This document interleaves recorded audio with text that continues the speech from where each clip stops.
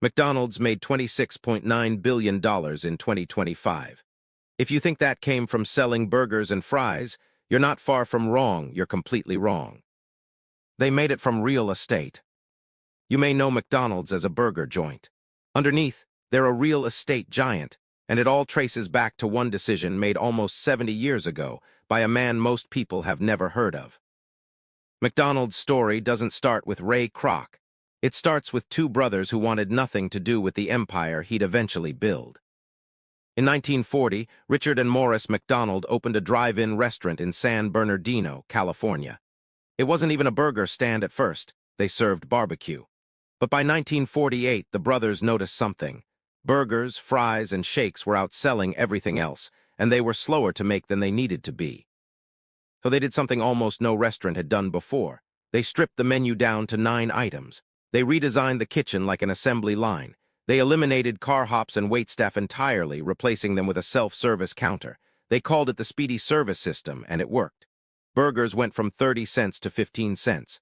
Orders came out in seconds instead of minutes. Customers lined up around the block. By the early 1950s, the McDonald brothers were running a handful of successful, profitable restaurants. But that's all they wanted. They weren't interested in national expansion. They liked their life in San Bernardino. Enter Ray Kroc. In 1954, Kroc was 52 years old, selling milkshake mixers for a living, and by most measures, not a successful man. He'd cycled through failed ventures for 2 decades, real estate, music, paper cups, and his health wasn't great either. When he learned the McDonald brothers had ordered 8 of his machines for a single restaurant, his curiosity got the better of him. He flew to California to see it for himself. What he saw changed his life. A restaurant that could serve a perfect burger, fries, and a shake in under 30 seconds, every single time. Kroc convinced the brothers to let him franchise the concept nationwide. In 1955, he opened his own location in Des Plaines, Illinois, under a new company, McDonald's System, Inc. The timing mattered.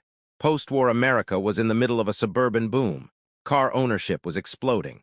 The interstate highway system was reshaping how people moved and ate. Kroc wasn't just franchising a burger stand, he was positioning it directly in the path of the biggest lifestyle shift in American history. But there was a problem nobody had solved yet. Kroc was expanding fast, and he was nearly broke doing it. Once Kroc had the McDonald brothers' blessing to franchise nationally, he moved fast, but speed alone wasn't what made McDonald's different. It was standardization. Kroc was obsessive about consistency. A burger in Illinois had to taste exactly like a burger in California. Fries had to be cooked the same way, cleanliness had to meet the same standard, and service had to hit the same speed, every location, every time. In 1961, he formalized this obsession into Hamburger University, a training program that turned franchisees and managers into disciplined operators rather than independent restaurateurs winging it. It wasn't a cooking school. It was a business school for running a McDonald's exactly the way Kroc demanded. That consistency became the company's real competitive advantage. Competitors could copy the menu. They couldn't easily copy the system behind it. Growth accelerated through the late 1950s. Kroc pursued locations aggressively, targeting the booming suburbs and the new highway systems reshaping how Americans traveled and ate. Each new franchise brought in upfront fees and ongoing royalties, and on paper, the business looked like it was thriving. But underneath the growth, the model had a serious flaw.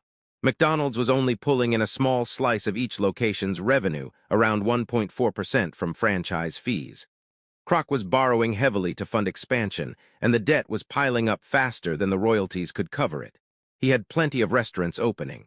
He had almost no cash.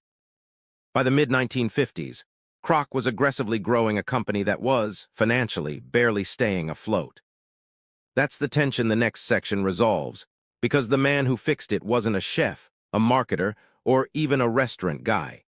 He was a financial executive who saw something in McDonald's that Kroc himself hadn't fully grasped.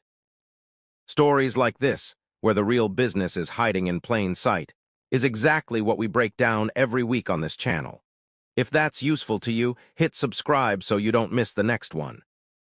In 1956, Ray Kroc met a man who would change the entire trajectory of McDonald's. And he wasn't a chef, a marketer, or even someone from the restaurant world. Harry Sonneborn was a financial executive, previously with Tasty Freeze, and he saw something in Kroc's business that Kroc himself had missed.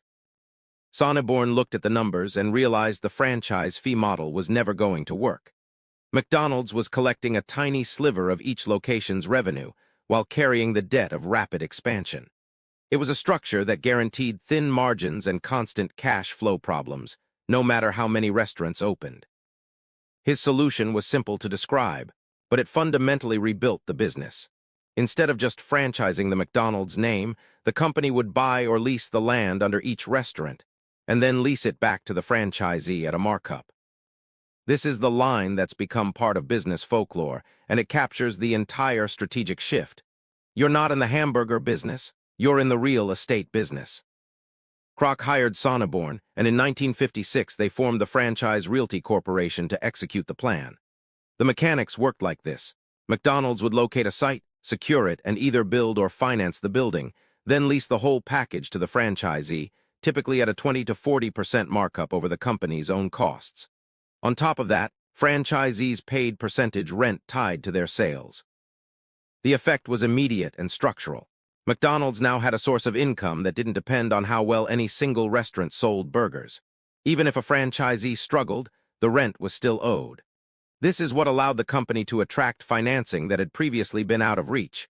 Banks were far more comfortable lending against real estate than against a shaky restaurant chain.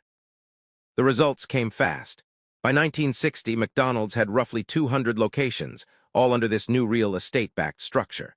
In 1961, with financing Sonneborn helped arrange, Kroc bought out the McDonald brothers entirely for $2.7 million, a deal that would never have been possible under the old franchise fee model. The burger business hadn't changed at all, but the business underneath it had been completely rebuilt. The real estate strategy didn't just save McDonald's, it turned the company into one of the most financially resilient businesses in the world. By 1970, McDonald's had grown past 1,000 locations. By the time Ray Kroc died in 1984, that number had passed 7,500. Today, McDonald's operates more than 43,000 restaurants worldwide, with roughly 95% run by independent franchisees, not company employees. But the headline number isn't the restaurant count, it's what sits underneath it. McDonald's owns approximately 80% of the buildings its restaurants occupy and about half of the underlying land.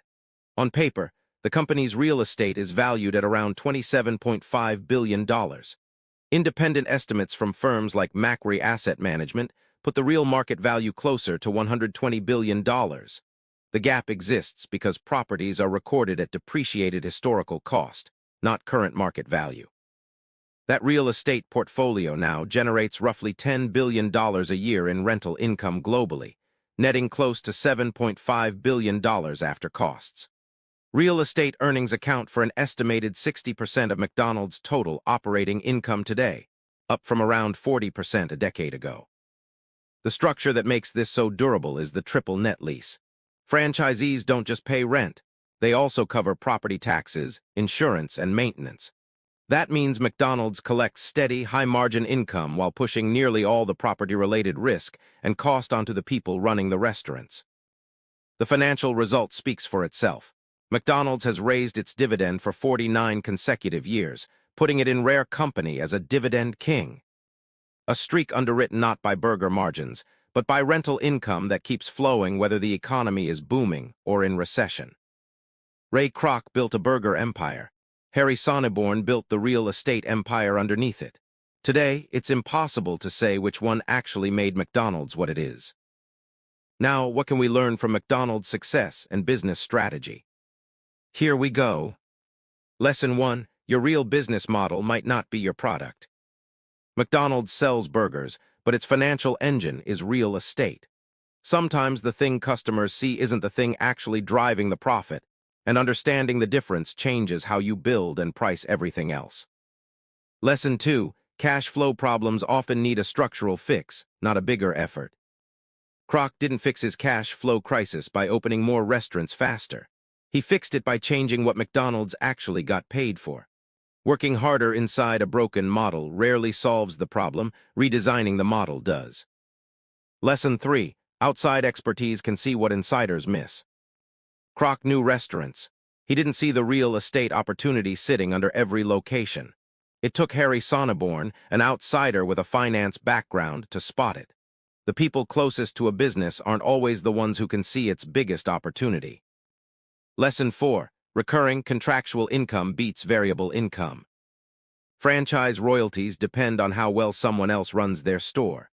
Rent doesn't. Building revenue streams that don't fluctuate with someone else's performance is what turned McDonald's from a shaky franchise business into a financial powerhouse. Lesson 5. Standardization protects the value of everything you build. None of the real estate strategy would have worked if McDonald's locations were inconsistent. Hamburger University and strict operating standards protected the brand, which protected the value of the real estate sitting underneath it.